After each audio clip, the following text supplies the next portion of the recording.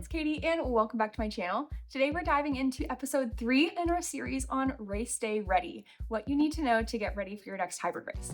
Let's go. Today is all about getting our head in the game, so prepping our mental mindset so that when we get to the race and on the start line, we are ready to go. So obviously the first few races out of the gate, if you're brand new to the hybrid fitness space, then you might be a little bit nervous, and that's totally normal, totally fine. The more races that you do and the more away races that you do outside of your home gym, the more you'll get used to those nerves. They might not ever totally go away, and that's totally fine. I know I still get butterflies a lot at bigger races and things like that, but learning how to work through them and manage that heart rate and breathing rate before your race is very important. Plus, mindset is a very underutilized thing when it comes to racing and athlete preparation in general. Mindset plays a much bigger part in our athletic performance than you might think. So by building a strong mindset and having that prepped in advance before the race, when you get to the pain cave and when you get to the back end of the race, you will have that mental fortitude to be able to push through and continue to push all the way to the finish line. But anyway, there's so much to unpack when it comes to mindset. That's a lot more than I can contain in just one short video. So I'm gonna give you the highlights of some things that will help you when it comes specifically to race day.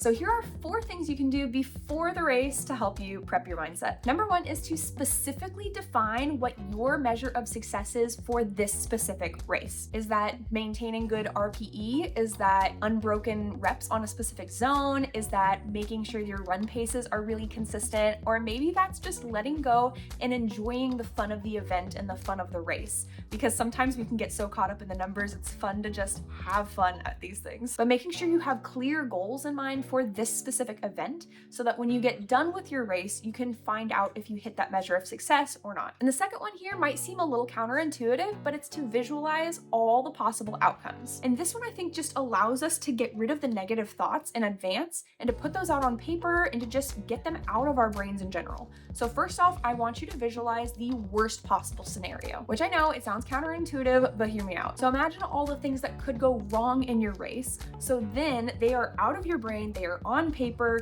get rid of them, get them out of your brain. Then I want you to visualize the things that could go well. So what is your standard of good? What would be a good outcome for your race? And last, you want to visualize and think about the things that would be the best outcome. What would be the best thing to come out of this race? Maybe that's a podium. Maybe that's a world champs qualification. Maybe it's just finishing your first race and being super proud of that effort. And the third one here is so important. This is positive talk. You want to be able to talk yourself through situations in the middle of your race, and whether that might be a little bit of tough love talk, that might be just general positive talk, whatever that is, having a mantra in your brain, like specifically on the tank. One of my favorite mantras is 1 foot in front of the other. Every little step makes progress. You know, something along those lines that just keeps you moving in those hard moments. And before the race, this could look like prepping those phrases for yourself, or maybe even listening to a podcast that helps you get in the zone, get your mental game face on, or maybe it's even listening to one of your favorite pump up albums or something like that. Another way to have positive talk is having faith in the training that you've already put into this and all the work that you've done, the hours, the sweat, the tears that you've put into this training, and understanding that that is what has prepared you for this moment, leaning on that and giving yourself the confidence, allowing yourself to have that confidence to hit that start line and to feel secure in yourself and your ability to do the race. Because I know even the most seasoned athletes can have doubt when they hit that start line sometimes, and that's totally normal and totally okay. So sometimes looking back into our training history and just relying on what your body knows to do and what you know you're capable of outputting is sometimes the key. So when all else fails, coming back to that center and why we do these in the first place. Genuinely allowing yourself to have fun in the moment, feel strong, feel accomplished, feeling the endorphin high and the spectators cheering you on and everything, and allowing yourself to just let go and have fun. And the last thing to do before the race here is to visualize your strategy.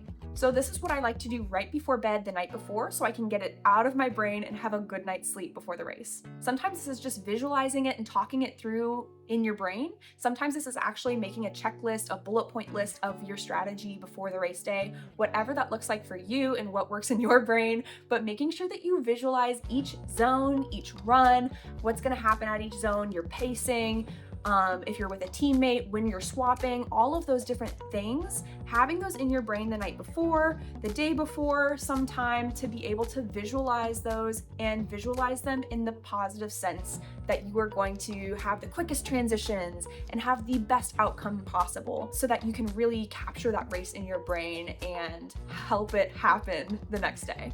Obviously, you're gonna have some race errors here and there. Every race does, every racer does, but that's not the important part. The important part is having that visualization as you're going into the race and then giving yourself that positivity moving into that race day. And moving into race day, here's 2 things that can help you get your head in the game. Doing some breathing exercises can really help you get your heart rate down, get your breathing under control, and help you with your nerves as well. So some of my Group X roots are in yoga, and I have 2 breathing exercises I like to use at races and that I recommend to people. The first one here is a 5-second inhale, followed by a 2-second hold and a 5-second exhale. Something along those lines where you're able to open up your breath, be able to oxygenate your body really well, and get your nerves down all at the same time. And the second one has a little bit more visualization involved with the lungs, so it might get your brain off the race and off the stress of that. So with this one, you want to visualize your lungs filling and inflating, and then slowly deflating.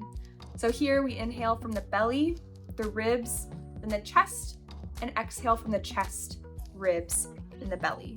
So you feel the inhale coming up over your lungs in a wave, and then exhaling and receding in that wave. The next thing to do at your race is to get away from the race.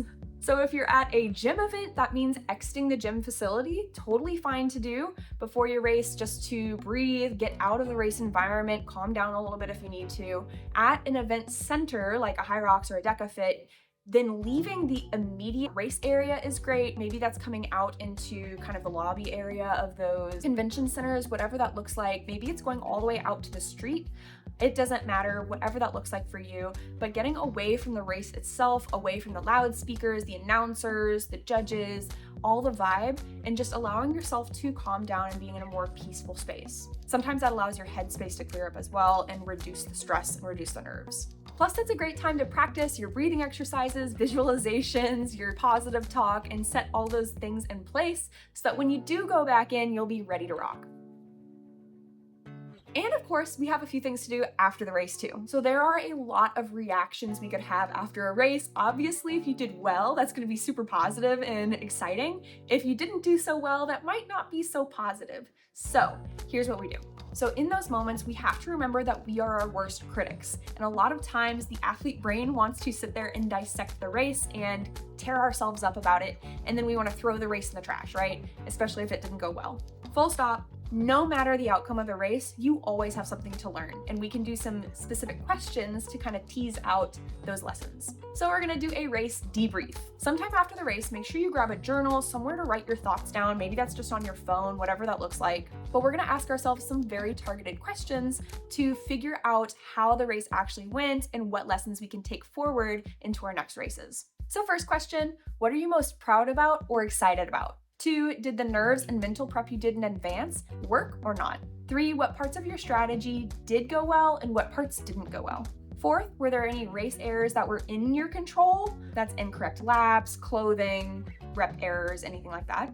Or was there anything that was out of your control, like equipment malfunctions, weather, or judges? 5, how was your mental state when you encountered those race errors and how quickly did you overcome them? 6, did you feel properly fueled and hydrated throughout the race? And 7, what did you learn and how can you grow from this experience? So those are just 7 of the questions that I ask. In my ebook, Race Day Ready, I have an even bigger list of race journaling questions you could ask yourself after your race. But those are just 7 of the ones that I want to highlight here. And as you journal these, you get to look back over time at all the races that you did in the past. And it's really cool to look back and see how you've grown over the years and as you accumulate more and more races. So I highly recommend writing these down in a physical space or a digital space to where you can keep record of these and look back over time. So there are plenty of other other methods and ways that you can get your head in the game for race day and things that you should be doing, reading books, podcasting, and doing this mental prep and work throughout your season so that you can have a very strong mindset when it comes around to race day.